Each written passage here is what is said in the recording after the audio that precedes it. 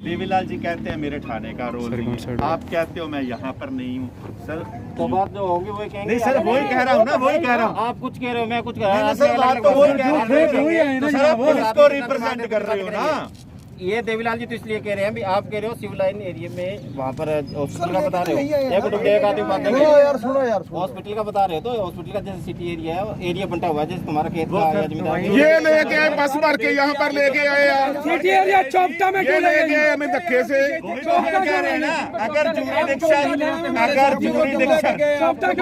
अगर जूरिडिक्शन हम अपने शौक से थोड़ा आए हैं। आपकी बात से सहमत है। क्या चोपटा का जूरिडिक्शन बनता है? क्या एलनाबाद के डीएसपी का जूरिडिक्शन बनता है? सिरसा के डीएसपी आप मारो लाठियां हमें, उनका तो अधिकार ही नहीं बनता। उनका अधिकार बनता है। एक एलनाबाद से आके डीएसपी आपके और पीट के चला जाए, हमें लाठियां मार देखो जी लखन जाने प्राण कुत्ता दिल्ली पुलिस ने केस पे आंदा दी। कहां तैनात है वो?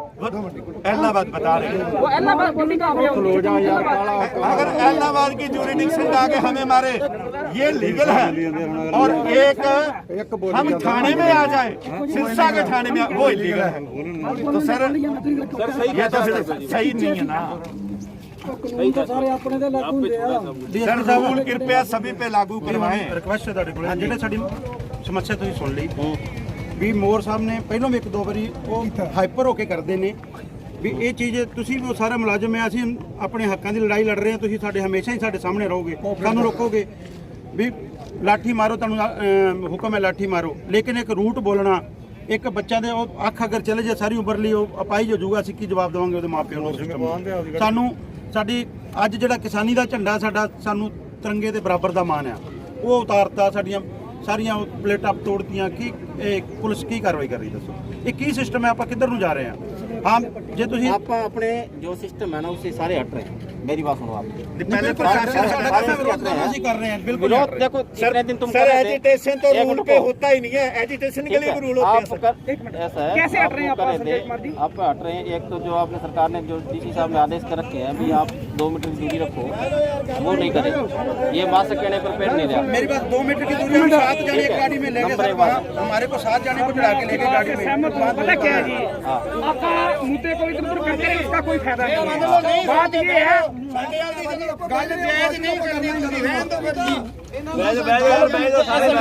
देखो आप इस मसले का हल करो। आप देखो दो चार आदमी अपन अंदर बैठ के बात करेंगे। आप अंदर आ जाओ, वहाँ बैठ के बात करते हैं। अंदर आ जाओ। हम तो उतनी देर तक, उतने दिनों तक, उतने महीनों तक यहाँ पर बैठेंगे जब तक हमें इंसाफ नहीं मिल जाता। जब लाठियाँ भी आओ मैं उठा दो, दोबारा पीटो,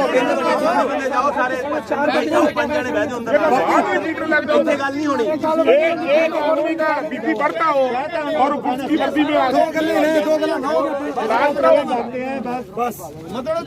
उसका जड़ी बीपी बढ़ता है, उसका इलाज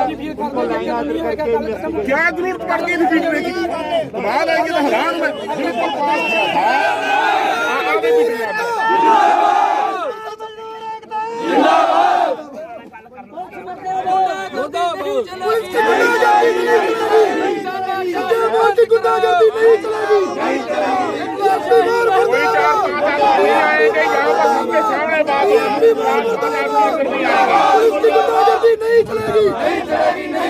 बात ना करेंगे ना तो कोई समाधान नहीं। तुम यहाँ बैठे रहोगे, मतलब बैठे। सबके सामने बात कर लो। सामने वाली बात है, कुछ ओरिजिनल वाली बात थोड़ा है। सबके सामने पीटिया, सबके सामने पीटिया, को चोरी थोड़ा पीटिया। दो ही बात नहीं, दो में से एक करवा दो सर, बात खत्म।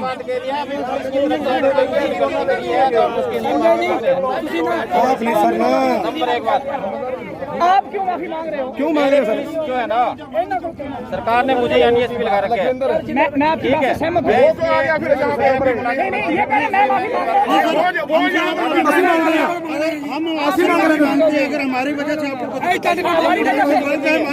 तुम यहाँ बैठे हो, मुझे दिक्कत इसलिए है भाई मेरा कोई किसान आदमी को कोई दिक्कत ना हो, किसी ये बीमारी दिक्कत तो हो ही रही थी बड़ी सारा। एक मिनट एक मिनट, इसका मतलब समझे आप ये बात समझे कि वो वहाँ पे जो कस्टम जो आज नहीं एक मिनट जो इसका मतलब ये है कि जो सरकार की हिमायत करने वाले जो अफसर लोग हैं कि आज बीजेपी की हार हुई उसे बुखलाए हुए और हमारे किसानों पे डंडे बरसाएंगे वो ये गंदे सिस्टम में तो कानून ना मरे ठीक है पुलिस ने डंडा नहीं मरते। आपको कहा भी आपने गलत किया, हम प्रोटेस्ट कर रहे हैं, आप ड्यूटी कर रहे हो। आज तक हम आपकी ड्यूटी से हमें कोई दिक्कत नहीं है, आप ड्यूटी आपका फर्ज बनता है ड्यूटी करना। वो जब भी आते हैं उनकी ड्यूटी तो वहाँ इलाहाबाद है और यहाँ की गुंडागर्दी करते हैं वो पीटने के लिए आ जाते हैं। ये और आपको जो आपके तैनात मौके पे अफसर थे उन्होंने क्यों नहीं रोका उनको भी आप क्यों लाठीचार्ज कर रहे हो? उनको रोकना चाहिए था भाई साहब। जब आप अरेस्ट करके गाड़ी में डाल रहे हो लड़कों को, समझा कि किसी ने रोका, पता है भी अरेस्ट कर रहे हैं, पुलिस ज्यादा है तो यही सिस्टम होएगा। मैंने इतने चक्का जी मैंने कहना भागना नहीं, मैं क्यों भागना, मेरे को उठा के ले बैठे कोई बात नहीं है, ठीक है आपका अपना काम है सरकार के थ्रू पर खिलाफ एरिया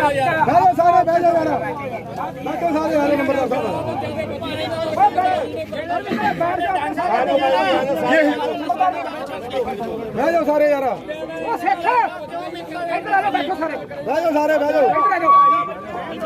हेलो आज सारे वीरां नूं बेनती है बह जाओ गुरुद्वारे क्या गया प्रशादे आउंदे आ अपना रात का इंतजाम आपां करके इत्थे बहना होर भी साथी आउणगे और ट्रैक्टर ट्रालियां होर भी आई जांदियां अपना आपां शांतिपूर्ण तरीके नाल बहने आ प्रशादे आउंदे आ प्रशादे छकदे आ ते टौर नाल इत्थे आनंद मंगल हुंदे आ आपां किसे ने जाना जिंदाबाद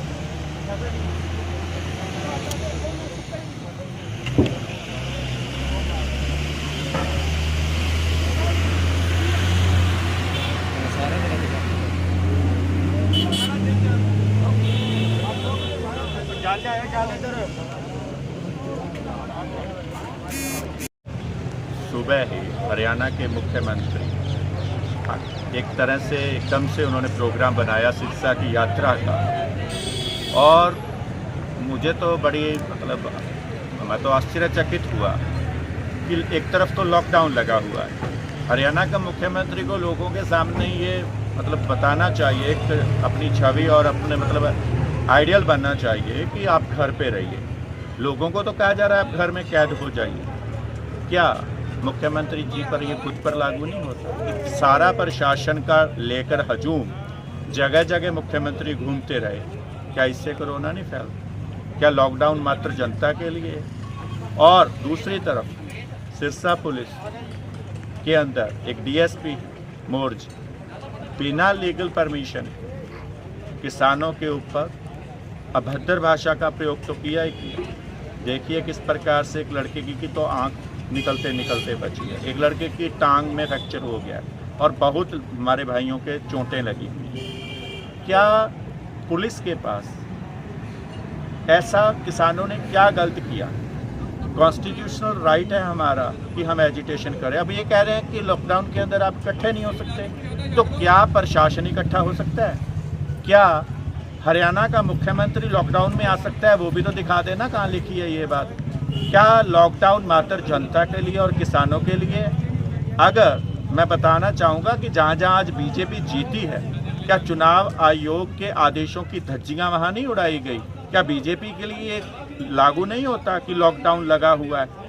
जश्न मनाए जा रहे हैं, जब दिल चाहा वहाँ जश्न मना लिए। यूपी के अंदर हमारे अध्यापक भाई लगातार मर रहे हैं, लेकिन सरकार का दबाव है, काउंटिंग हो रही है, 700 टीचर मर गए। अभी एक दिन पहले वेस्ट बंगाल के अंदर और दूसरी स्टेट्स में चुनाव खत्म होते हैं और उसके बाद लॉकडाउन के आदेश जारी हो जाते हैं। क्या बात भाई, एक दिन में ऐसा कौन सा कोरोना का बूम आ गया? इसका मतलब है नमस्ते ट्रंप किया, देश में कोरोना आ गया। और फिर उसके बाद आज बंगाल मध्य प्रदेश की सरकार बनाने के लिए देश को कोरोना की आग में झोंका गया। उसी तरीके से प्रयास तो किया नकली रविंद्रनाथ टैगोर ने कि एक बार बंगाल में भी सत्ता लाई जा सके, लेकिन किसान यूनियंस के वहां पर प्रचार ने औंधे मुंह गिरी है वहां पे बीजेपी। और ये मात्र बंगाल में नहीं, अब संपूर्ण भारत के अंदर जहां जहां किसान बैठे हैं बीजेपी का यही हशर होने वाला है और बीजेपी इसी तरह औंधे मुंह गिरेगी। उसका जो एक बौखलाहट थी आज सिरसा में देखने को मिली है, किसानों पर लाठीचार्ज हुआ है, ये उसी का परिणाम।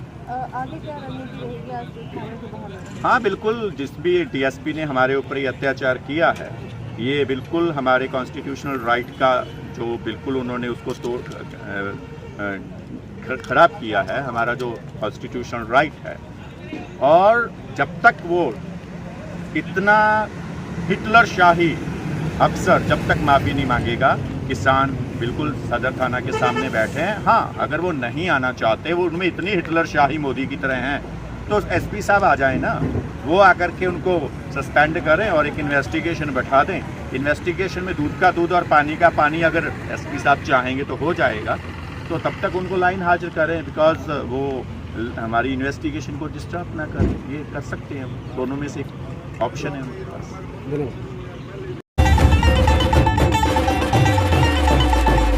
समय का पहिया घुमा के अब एक नई शुरुआत करिए, इस देश की सुनहरी धरती में नई जान भरिए।